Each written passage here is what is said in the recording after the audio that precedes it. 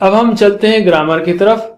Grammar میں ہم نے پچھلے اسباق میں مضاف مضاف الیہ، موصوف و صفہ، جملہ اسمیہ، جملہ فعلیہ، یہ 4 اہم چیزیں سیکھی. ٹھیک ہے، اور اس کو یاد رکھنے کے لیے 4 جملے یاد رکھیے. مضاف مضاف الیہ کے لیے بیت اللہ، بیت اللہ اللہ کا گھر، بیت اللہ اللہ کا گھر، اور سارے نام بھی اسی وزن پر ہیں، عبداللہ، عبد الرحمن یا نصیر الدین وغیرہ. تو بیت اللہ ایک یاد رکھیے. دوسرا بیتن کبیر، گھر بڑا، اور واقعی معنی میں بڑا گھر تو اللہ کا گھر ہی ہے، دیکھنے میں نہ ہو لیکن واقعی معنوں میں بڑا گھر وہ اللہ کا گھر ہے. بیتن کبیر، اس طرح یاد رکھ لیجیے آپ، بیت اللہ بیتن کبیر. البیت وہ گھر، کبیر بڑا ہے، یہ جملے اسمیہ ہو گیا. یعنی اگر آپ دونوں کو یکساں کر دیں تو وہ موصوف و صفہ ہو جائے گا. البیت الکبیر، تو اس کا مطلب ہے وہ بڑا گھر، یا بیتن کبیر ایک بڑا گھر. لیکن ایک کو ال لگائیں اور دوسرے کو عام کر دیں، یعنی البیت کبیر، تو مطلب ہوگا وہ گھر بڑا ہے. یہ جملے اسمیہ ہیں. اسی طرح جملے فعلیہ، جو جملہ فعل سے شروع ہوتا ہے، اس کو یاد رکھنے کے لیے بھی ایک جملہ یاد رکھ لیجئے پرماننٹ، وہ ہے خلق اللہ الارض، پیدا کیا اللہ نے زمین کو. اس کا جملہ اسمیہ بھی بنا سکتے ہیں ہم، اللہ خالق، اللہ خالق ہے. لیکن میں بیت کا اس لیے آپ کو یاد کرانا چاہ رہا ہوں کہ تینوں میں فرق بھی یاد رہے آپ کو، اس لیے بیت اللہ بیتن کبیر، البیت کبیر، یہ تینوں میں فرق یاد رہے گا، اس لیے بیت کا جملہ میں نے اس میں یاد کرایا. اور فعلیہ جملہ وہ خلق اللہ الارض، پیدا کیا اللہ نے زمین کو. 2 اور جملے آپ کو یاد رکھنا ہے، وہ ہے ان اللہ غفور الرحیم، بے شک اللہ غفور الرحیم، یہ آپ کو یاد رہے گا. اور دوسرا ہے کان اللہ غفور الرحیم، یہ دونوں کے بارے میں ہم ابھی سیکھیں گے. عربی میں ان اور اس کی بہنیں، یعنی اس جیسے کچھ الفاظ ہیں جو فعل کے جیسا کام کرتے ہیں، اس لیے الحروف المشبہ بالفعل کہتے ہیں اس کو. کیا مطلب؟ فعل کیا کرتا ہے، یعنی بعض وقت ایک کو نصب دیتا ہے، ایک کو رفع کرتا ہے، جیسے خلق اللہ الارض. تو ویسے ہی ان کا بھی کچھ رول ایسے ہی ہے، جیسے ان اللہ غفور الرحیم، اس طرح سے یاد رکھتے ہیں. بہرحال ان و اخواتہا کا رول یہ ہے کہ ان کے بعد جو بھی اسم آئے گا وہ آ رہے گا، اور جو اس کی خبر آئے گی، جیسے ان اللہ بے شک اللہ، کیا کہنا چاہ رہے آپ؟ خبر کیا ہے اس کی؟ غفور ہے، تو وہ مرفوع رہے گا. تو ان کے بعد جو اسم ہے وہ آ رہے گا، اور اس کے بعد دوسرا او رہے گا. ان اللہ غفور الرحیم، بہترین مثال. اور اس کے بہنے کون سے ہیں؟ وہ الفاظ کون ہیں اس کے؟ جیسے ان، کأن، لیکن، لعل وغیرہ. تو ان اللہ غفور الرحیم. اسی طرح اشہد ان محمدن رسول اللہ. دیکھیے انا کے بعد پہلا جو لفظ آ رہا محمد صلی اللہ علیہ وسلم، محمدن نہیں، محمدن. اس کے بعد کیا خبر ہے کہ محمد کیا ہیں صلی اللہ علیہ وسلم؟ رسول ہیں، تو رسول. ان اللہ غفور، ان محمدن رسول اللہ. ان کی کئی مثالیں آپ کو قرآن کریم میں ملیں گی، جیسے ان اللہ غفور الرحیم، ان اللہ واسع علیم، ان اللہ سمیع علیم وغیرہ. دوسرا لفظ ہے وہ کانا اور اس کی بہنیں. کانا یعنی وہ تھا. اب مثلا کان اللہ کے ساتھ جب کانا آتا ہے تو اس کے مطلب ہے، لیکن ادروائز کانا کا مطلب ہے تھا.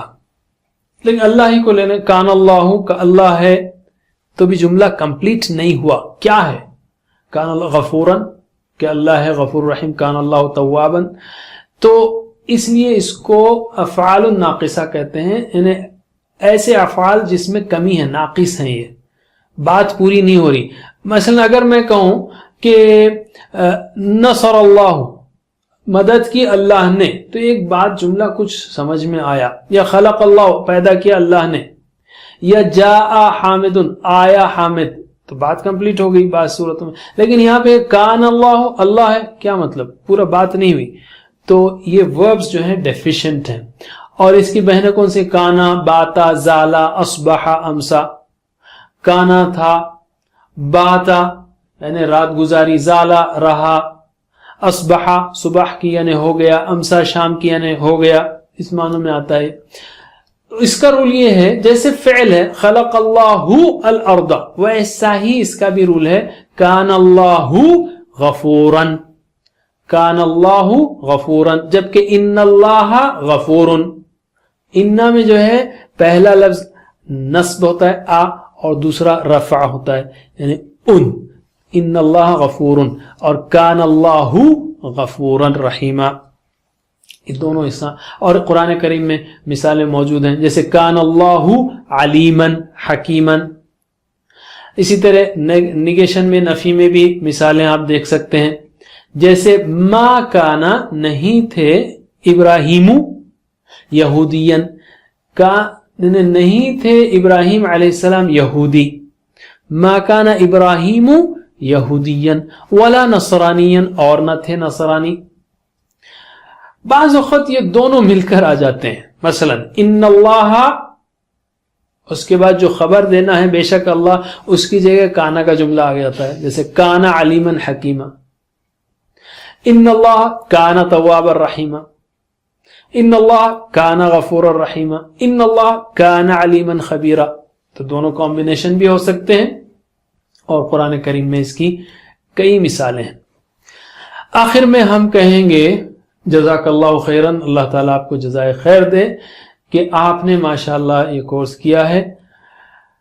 لیکن جانے سے پہلے جزاک اللہ خیر یعنی جزا کا بھی وہ سیکھ لیجئے، یعنی پورا ٹیبل سیکھ لیجئے.